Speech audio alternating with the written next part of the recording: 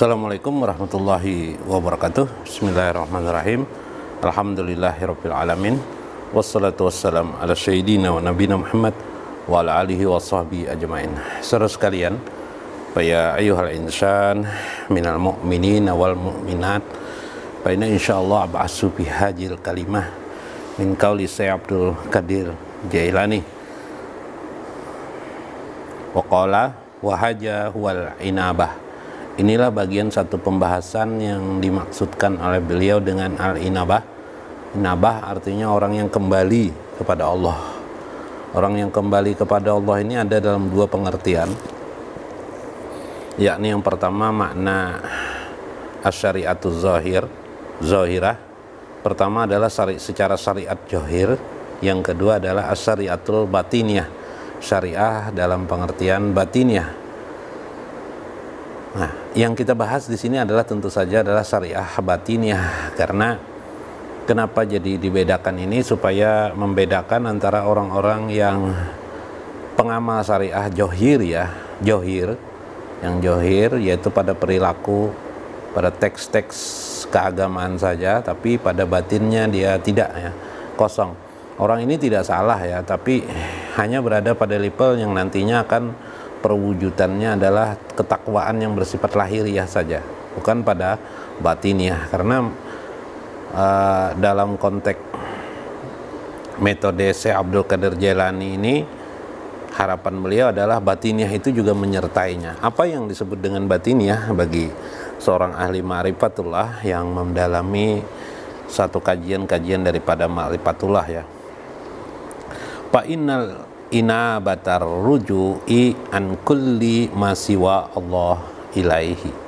Maka orang yang kembali kepada Allah itu, artinya kembali itu, ya, berarti dia kembali ke negeri asalnya. Yang kemarin sudah kita jelaskan tentang negeri asal itu adalah ruh Muhammad, ya, atau yang disebut dengan nur Muhammad, ya.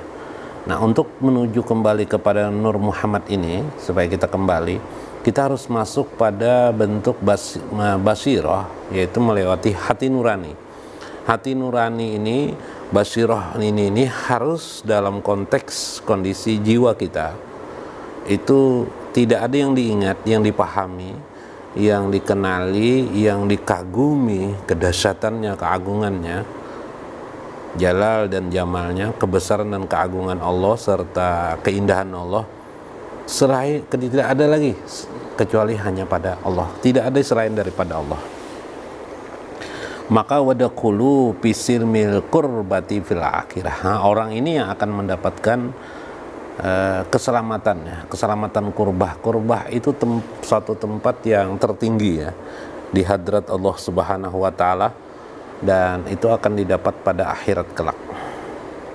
Nah, karena itu wan nazru ila wajhillahi ta'ala kama qala sallallahu alaihi wasallam, sebagaimana Nabi sallallahu alaihi wasallam mengatakan tentang masalah cara memandang daripada wajah Allah.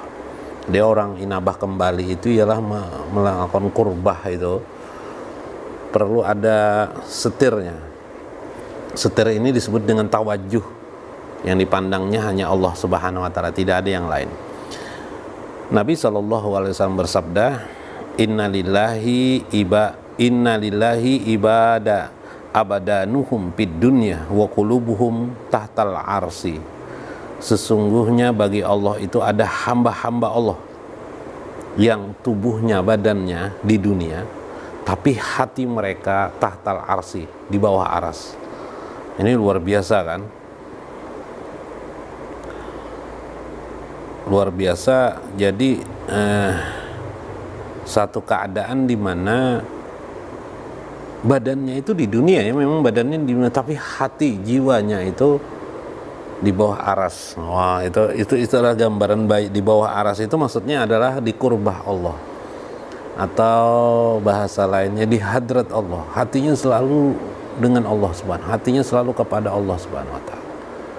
Sebagaimana pernah saya sampaikan sebuah hadis Nabi SAW, tanamu aini la tanamu qalbi. Sebagaimana Nabi mengatakan, ketika aku tidur, kata Nabi, mataku memang tidur tapi hatiku tidak pernah tidur.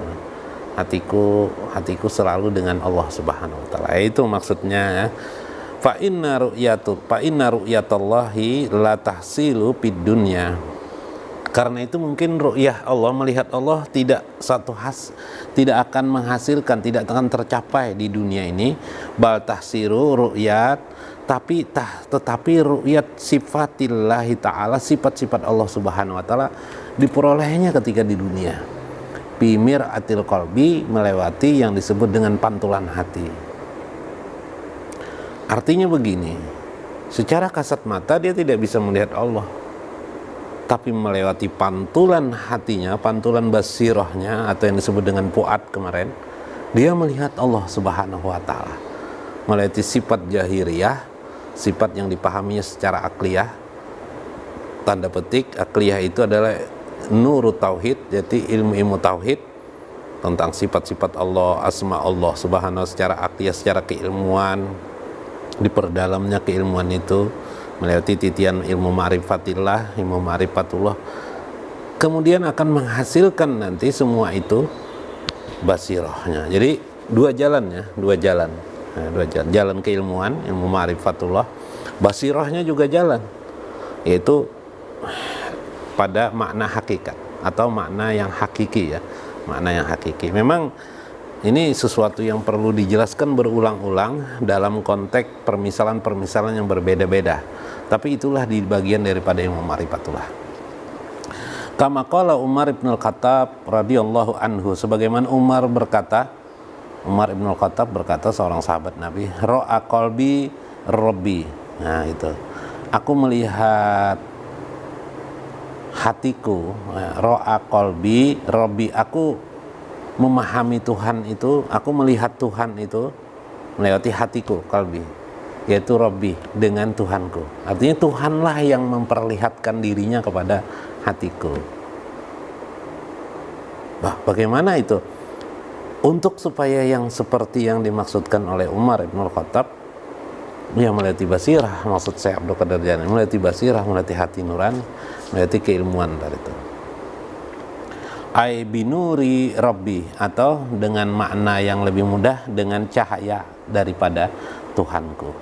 Fal qalbu mir'atul aksi jamalillahi ta'ala. Karena itu hati kamu itu, hati yang di dalamnya, batinul batin, itu kuat, adalah pantulan yang terbalik daripada keindahan-keindahan Allah Subhanahu wa taala. Kamu akan merasakan, melihat keindahan-keindahan Allah Subhanahu wa taala. Saya berikan contoh tentang sifat Allah ya. Tadi karena dibicarakan sifat Allah. Misalnya sifat qiyamuhu binafsih. Allah tidak meminta bantuan kepada sesuatu apapun, tidak berhajat pada sesuatu apapun. Sementara kita selalu berhajat, selalu memerlukan bantuan dalam hidup kita. Kesadaran ini kesadaran. Setelah kita melihat secara ilmu tadi ya, ilmu ma'rifatullah awal, sadar kita perbedaan kita dengan Allah. Lalu kita merasakan betul betapa kita ini sangat lemahnya, tak ada apa-apanya. Maka kemudian saat itu terbalik lagi, nurani kita akan berkata betapa hebat agungnya Allah Subhanahu wa taala, yang kita ini selalu berharap kepada benda kita punya perlu bantuan, bukan kepada manusia saja, pada benda kita minta bantuan, kepada tubuh kita minta bantuan, kepada tangan kita minta bantuan, kepada kaki kita minta bantuan. Apa yang hidup ini tidak ada satupun secuil pun, satupun sesaat pun tanpa bantuan di sekeliling kita. Lalu timbul lagi pendalaman, siapa yang membantu nih? Lagi-lagi di belakangnya ada Allah yang membantu. Nah, inilah gambaran betapa maha dahsyat keindahan Allah Subhanahu wa taala ini dalam kehidupan kita. Nah, mudah-mudahan maklum adanya pemahaman oleh Syekh Abdul Qadir Jailani. Mudah-mudahan dengan cara ini kita lebih dekat dengan Allah Subhanahu wa taala. Sesaat-saat kemudian, suatu hari mungkin kita merenungkan tentang betapa indah agungnya Allah Subhanahu wa taala. Mari kita mengamalkan ayat Al-Qur'an, inna fi khalqis samawati wal ardh waqtilafil laili wan nahar la ayatin li ulil albab. Jika kita memang menjadi ingin orang yang ulul albab, orang yang bertingkat khawas, Dan sampai ke titik yang ketiga, martabat yang ketiga, yaitu khawasul khawas. Jangan terlalu suka di posisi awam, posisi seperti orang kebanyakan. Jangan suka seperti itu, karena keadaan itu menunjukkan lemahnya kita dan tidak disuka sebenarnya oleh agama. Karena Nabi mengatakan mukmin yang khair itu, yang mukmin yang bagus itu, khairul mukmin itu ialah yang al-qawi, adalah yang kuat. Kuat di sini maksudnya adalah dirinya terus mengharap derajat di sisi Allah Subhanahu wa taala. Mudah-mudahan ada manfaatnya. Wallahu a'lamu bishawab, wallahul muwaffiq wa aqwamut thoriq. Wassalamualaikum warahmatullahi wabarakatuh.